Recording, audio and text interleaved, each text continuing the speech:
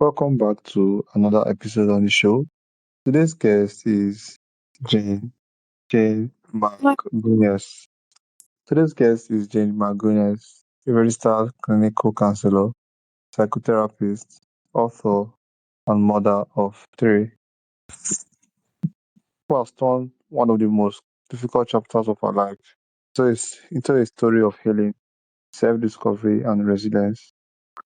After struggling with emotional eating and living in a larger body, Jane eventually lost 103 pounds and remarkably has maintained that loss for a decade.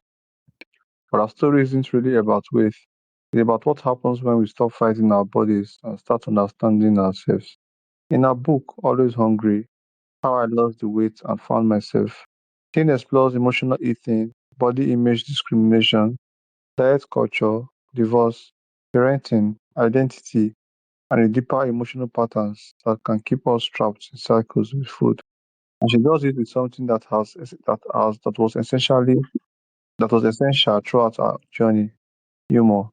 Today we are going beneath the number of the scale to explore what it really means to heal from the inside out. Jane, welcome to the show. Hi, thank you for having me. Lovely to be here.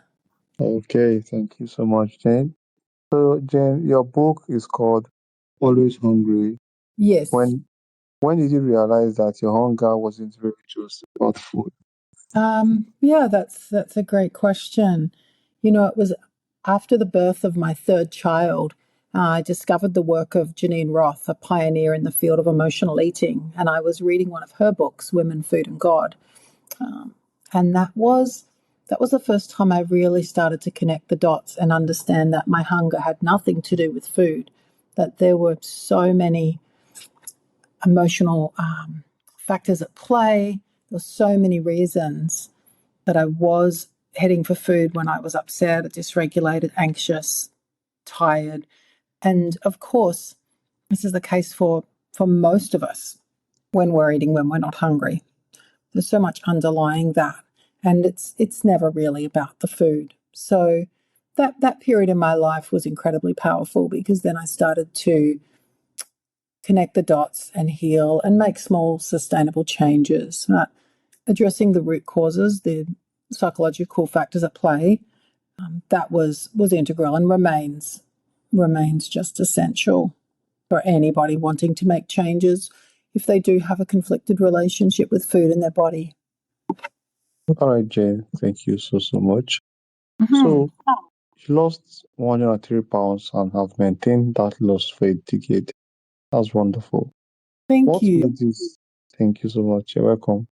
What made this journey different from the diets and approaches that came before it? Um, yeah, what was different was that in the past, I mean, I tried all of the ridiculous diets that don't work, and I do maintain that.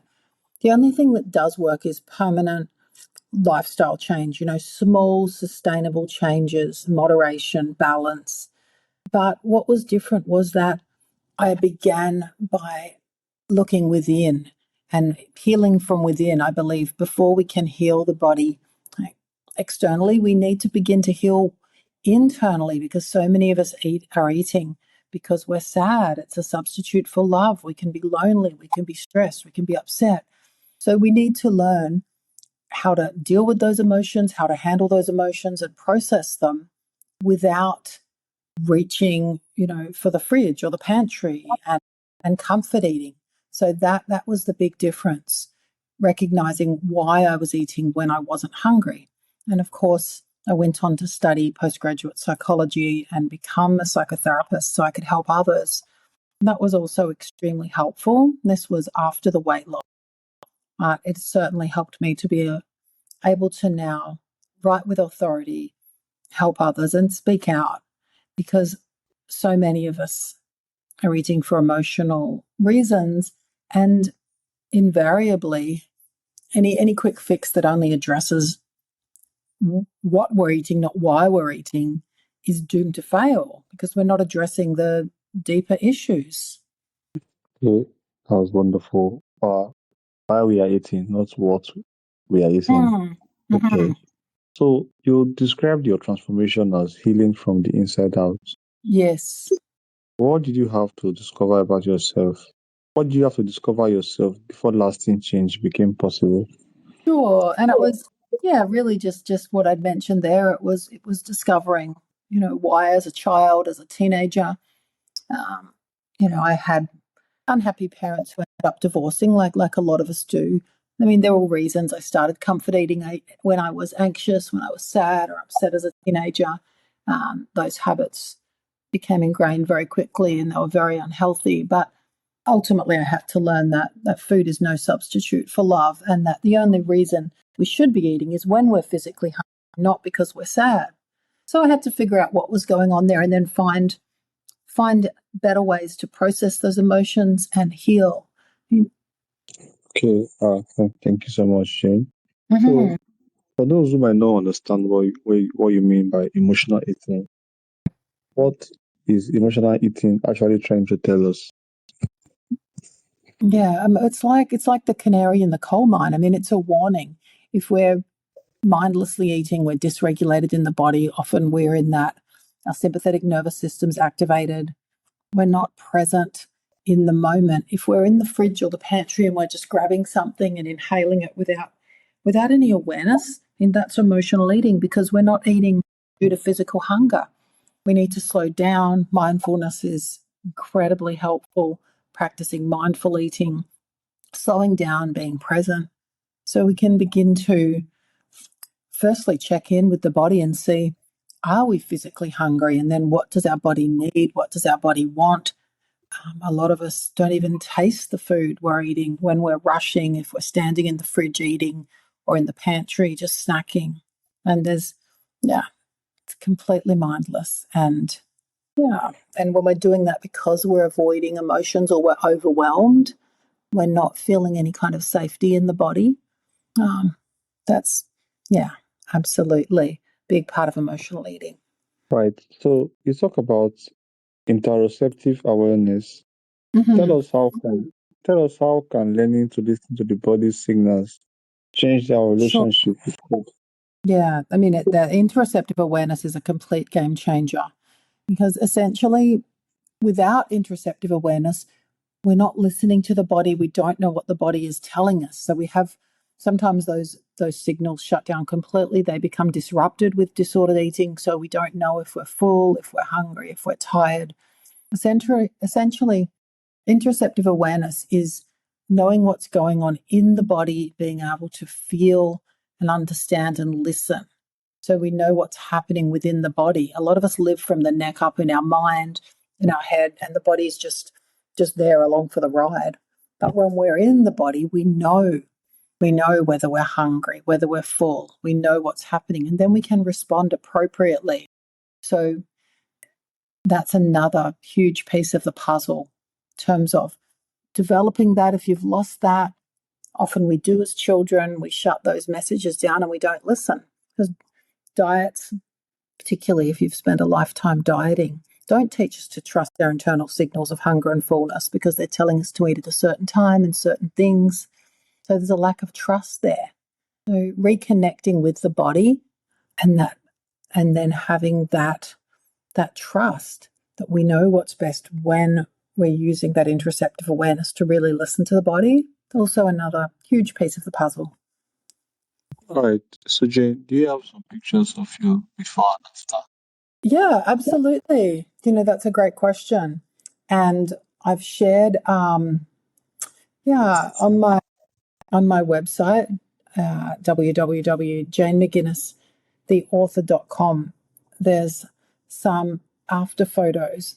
And yeah, other people have requested before photos, which I've sent out. I'm not sure if they have been put up, but I'm very welcome to send you one. Absolutely. And Okay, I'm very because happy to do that. Mhm. people will need to be able to see some pictures to relate to what you're saying. Because most times when people talk about how they lost weight, most people don't believe them. Most people just think, okay, so they need some pictures to be able to connect with what you are saying and be able to connect with your book too. No, that's absolutely true, and it's interesting because I lost the weight so long ago. Um, a lot of people who have only met me in this body didn't believe when I first told them I was in a much larger body when I was younger. People didn't believe it because they couldn't imagine, because I'm in what we would call, I guess, an average size body now, a US sort of 6 to 8. It's, yeah, it was very, very surprising that some people couldn't picture that. Yeah, no, I'll absolutely send one through. It's very, very important. And it was important for myself too, to heal and look back and recognize with pride. Like I worked hard to heal internally and externally. And it took time, took a lot of love and self-compassion, a lot of walking, and a lot of sort of positive, small, sustainable changes. And there were really tough days, which there's going to be for anybody, but it's absolutely possible to heal. And it starts with healing from within, the relationship with food and healing the body, recognizing what you're hungry for, which is why my book is called Always Hungry. I still am, but it was never about the food. And now I'm hungry for experiences and travel and life and time with friends, family, my children. So it's figuring out, what are those hungers that aren't food related that we can fill our lives with. Everybody's hungry for something. They just may not recognize that it's not really about the food. Wonderful. So I would like to know, what was the writing process like for your book? It was so much fun. I really loved writing the book. When I decided, I realized I had to write, I just sat down and wrote it in 3 months. I didn't sleep a lot. I was really, really quite passionate about getting this story out. So it was a real joy I recognized I wanted to speak out against size discrimination, which is, I only, of course, kind of realized just how rampant it is in society, how horrific it is, how wrong it is, when I was in a smaller body and suddenly, yeah, the world was kind to me and life was easy and I had suddenly had this slim privilege. That was really, really shocking and, yeah, quite horrifying actually. So I needed to speak to that. I also wanted to share so that people understand we can heal from emotional eating. I felt very trapped in a larger body for a long time, and it wasn't until I got to the root of the issues that I was able to heal. So, then there was also the divorce. I mean, this is also really a divorce memoir. I rebuilt my life. I walked away from a long-term marriage, which was incredibly difficult. I mean, that was the hardest thing I've ever done. I wanted to share that story because I know there are a lot of people out there navigating separation or divorce, going through that with children, as I was in a foreign country with 3 little kids. That story needed to be told. So yeah, it was really important. And once I started writing, I couldn't stop. And now, of course, I've just finished my second book. Would be just getting into the editing of that one. So I'm continuing to write and I'm continuing to publish. So making a complete career change. Right. So you've maintained significant weight loss for 10 years. What Yep. does sustainability require that quick fix approaches often? What does this sustainability requires that quick fix approaches often ignores? Yeah. Well, a quick fix is just that. A quick fix is no fix because, I mean, the statistics show that most people that crash diet or they try the quick fixes, they regain. And it's because these changes aren't permanent, they're not sustainable. So small, sustainable habits over time work. That's what I learnt. We need to give ourselves time to heal the body. If it takes decades or years to gain the weight, then it's going to take time to come off. It's not supposed to come off overnight. And I believe that I was able to keep the weight off and have been able to for over a decade now because I lost the weight slowly. I gave my body time to adjust, but then I also incorporated slowly really, really healthy habits that are now, they're just part of my life. Exercise every day. For example, I did a walk this morning. So if I don't have a lot of time, it might be a quick 20-minute walk, but it's still something. Moving the body is essential. Then we get those happy chemicals going in the brain. We feel better. We make better choices. Healing the microbiome, that's essential. The more we eat healthy food, the more we crave healthy food. Those happy tummy bugs in the microbiome within get working properly, then we're more efficient at fat burning. There was just, eating whole foods. I'm very, very passionate about eating real whole food and not ultra processed foods. So That's another big piece of the puzzle. Just ensuring that we're giving our bodies the fuel we need, but also, I mean, it's also essential that we remember food is one of life's joys and meant to be enjoyed. And so that balance there, recognizing, okay, I'm not saying I never have an ice cream or a piece of cake. It's balance and moderation, which is why my Substack is called All Things Moderation.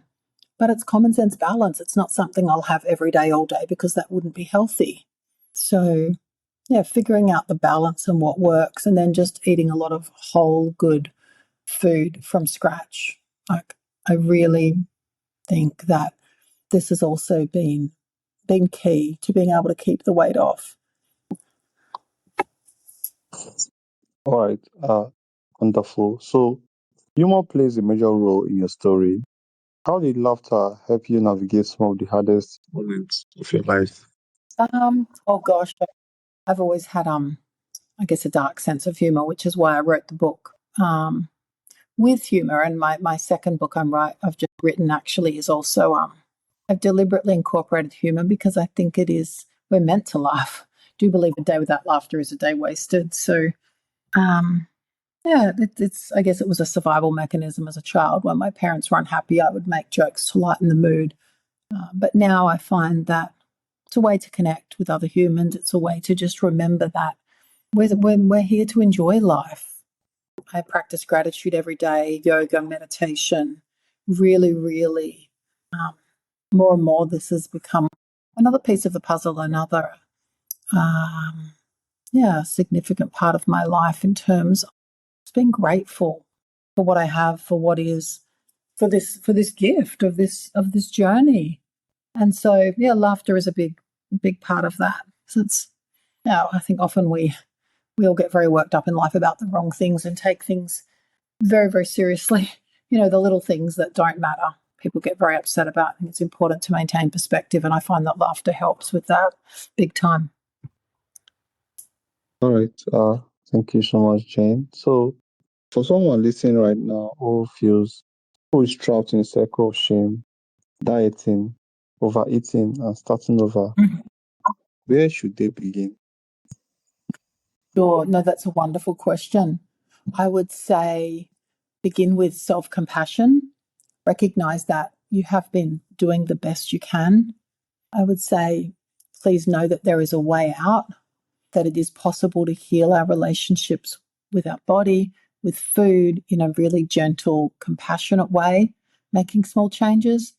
I would say if you're curious, please check out my book, my story, because I was very, very raw and honest. And other people have shared with me that they have found reading my first book, Always Hungry, really, really helpful. And so if it resonates and you find it some help, then people can reach out on my socials, my website, and if they're curious to learn more. Yeah, but the journey always starts with self-compassion for where we are, and then asking that question, what am I really hungry for? Okay, so what is one thing you wish every reader will take away from your book? Oh, great question. I think absolutely again that that critical first question, which is what am I really hungry for? When you know you're eating and it's not about the food, like what's really going on? Are we stressed? Are we sad? Are we anxious? Like, what are we doing with all of these feelings? Because eating is not a solution. We can try and mask the feelings, we can avoid them and escape, but it's a way to leave the body when life gets hard. When we're eating and we're upset and we're comfort eating, we're not physically hungry, we're leaving, it's an exit. We're attempting to temporarily leave our lives and escape into the pantry, and it doesn't work. So that first question is asking, what's really going on? Like, what am I hungry for? What am I avoiding in my own life right now when I'm emotionally eating? Okay, so finally, if you could change one thing about the way you talk about weight and health, what would that be? Oh, I would say let's just all start with kindness and compassion for people in a body that may differ to yours. what's essential is to recognize that we're all doing the best we can. And if somebody knew how to do better, if they could, they would. Often we don't have the tools, the support, the skills, the knowledge. We can learn it. But yes, start with self-compassion and extend it outwards to everybody. We all just need to begin to be kinder to each other, kind, compassionate. Let's all support each other. Then we can help each other to make positive changes for those people that want to. And the other thing is, don't judge. Like we're so quick to judge somebody, particularly if they're in a body that differs to ours. That's not okay. Absolutely not okay. So this is where we need to start. Because shaming someone, criticizing them, judging them, that never results in positive change. So that's just not helpful. Okay, thank you so much, Jane, for joining us today. Thank you. Your story reminds us that sometimes the weight we are trying desperately to lose isn't the only thing we need to release. Shame, judgment, old beliefs, and the emotional patterns underneath them can weigh us just as heavily. Thank you for sharing your story with honesty, compassion, and humor, and for reminding us that true transformation isn't simply about changing how we look, it's about finding ourselves again. For those who would like to get a book, who want to connect with you and get your book, how can Sure. they do that? Yeah, absolutely. If they go to janemcguinnesstheauthor.com or my Substack, which is free, All Things Moderation, they'll be able to find links to purchase the book. It's distributed through Simon & Schuster. It's available on Bookshop, Amazon, bookstores, everywhere. Audible, I narrated the book myself, so if people enjoy audiobooks, it's available on Audible right now. So yeah, best place to start would be janemcguinnesstheauthor.com. And thank you very much to anybody who's curious to learn more. All right, thank you so much, Jane. My audience as well, I'm sure a lot of us, we are curious. Why do we eat even when we don't want to eat? Make sure to check out the book. And if this episode is speaking to you, share it with someone out there who might need to hear this. I love you all so much. I love you guys so much. And I will see you guys on the next episode. Thank you, Jane. It's been a pleasure having you on the Thank show. you. Oh, thank you very much for having me. It's been terrific. Much appreciated. Okay. Have a wonderful day. Cheers, you too. Thanks.